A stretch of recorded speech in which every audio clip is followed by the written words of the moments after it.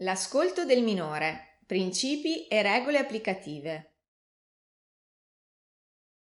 Il minore ultra dodicenne o anche di età inferiore, se capace di discernimento, ha diritto di essere ascoltato in tutte le questioni e in tutti i procedimenti che lo riguardano.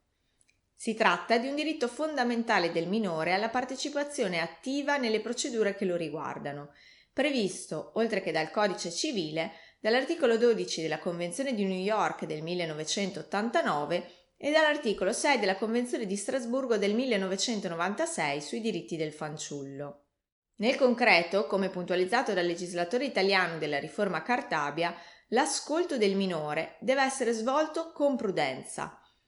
Per tale ragione, il nuovo articolo 473 bis 4 del Codice di procedura prevede che il giudice non procede all'ascolto del minore, dandone atto con provvedimento motivato, se esso è in contrasto con l'interesse del minore o manifestamente superfluo, in caso di impossibilità fisica o psichica del minore o se quest'ultimo manifesta la volontà di non essere ascoltato.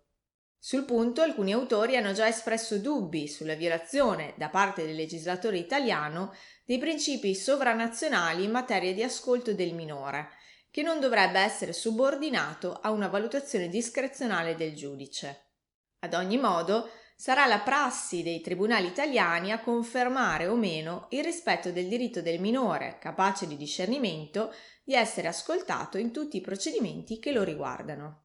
Sul punto, ad esempio, la Cassazione ha ritenuto legittima la decisione del giudice di omettere l'ascolto del minore che appariva particolarmente fragile in un procedimento attivato dalla nonna per tutelare il diritto alla frequentazione con la nipote.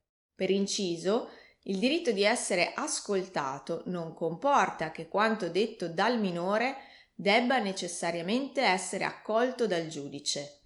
La stessa relazione illustrativa al citato articolo 473 bis 4 del Codice di procedura, introdotto dalla riforma Cartabia, ribadisce che le opinioni del minore devono essere tenute in considerazione, avuto riguardo alla sua età e al suo grado di maturità. L'ascolto del minore viene disposto dal giudice d'ufficio o su istanza delle parti o del curatore speciale del minore.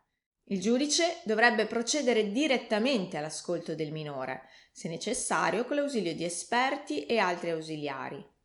Sul punto, la riforma Cartabia ha posto l'accento sull'importanza che l'ascolto non venga delegato, salvi casi eccezionali in cui l'ascolto diretto da parte del giudice possa risultare traumatico per il minore, ad esempio nelle procedure in cui siano evidenziate violenze domestiche.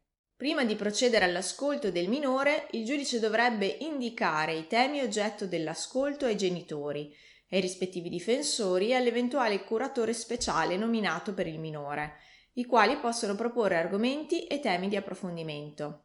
Gli stessi soggetti, su autorizzazione del giudice, possono partecipare all'ascolto, purché senza influire su quest'ultimo.